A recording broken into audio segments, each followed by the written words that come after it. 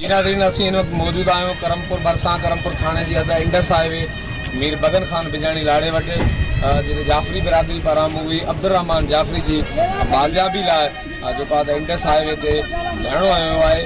वधीक मूवी मुज़ाहिरीन जो छा चवणु आहे अचो त उन्हनि सां ॻाल्हायूं। ॾींहं जो खयो अथऊं शेरोमद लाड़े वटि 2 बजे सरेआम खणी आहे। उते सुबुह खां वठी तयारी वेठा आहिनि सिर्फ़ु अब्दुर्रहमान जे करे।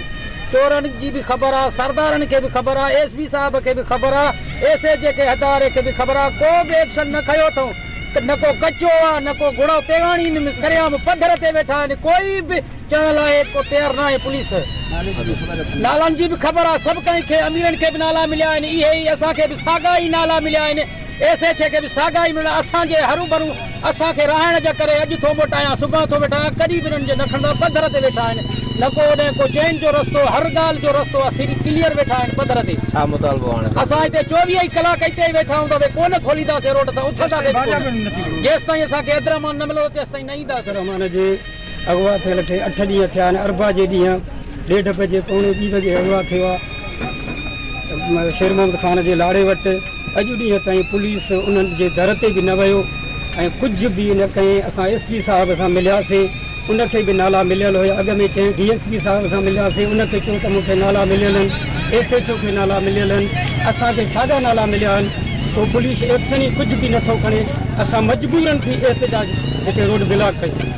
हाणे केतिरो छा मुतालबो आहे केतिरे टाइम ताईं असां रोड बंदि रखंदा? साईं हाणे बंदि रखण जो असांखे को अचे को यकीन दहानी कराए त असां अब्दुर्रहमान खे बाज़ियाब कराईंदासीं। तो अचे न साईं को मिले जेतिरे ताईं न ईंदो तेतिरे ताईं असां रोड कॾहिं बि न खोलींदासीं। असांखे यकीन दहानी को कराए ईअं बि न। एसपी साहिब सां मिलियासीं, एसपी साहिब असांखे वर्ड इहे चया त 2 ॾींहंनि जे अंदरि तव्हांखे माण्हू मिलंदो।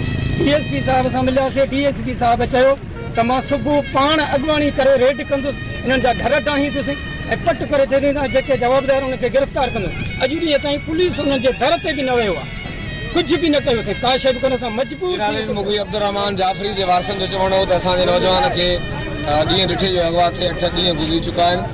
जॾहिं त जवाबदारनि जी पुलिस खे बि ख़बर आहे ऐं उनखां अलावा बि पुलिस हिन वक़्तु ताईं मूवी जी बाज़ाबी लाइ को बि किरदारु अदा न आहे कयो, न ई जवाबदारनि ख़िलाफ़ जेका त कार्रवाई कई आहे।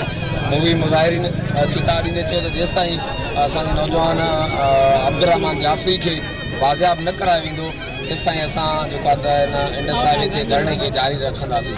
कैमरामैन टीम सां गॾु Javed Usman Bijani, JTN web news.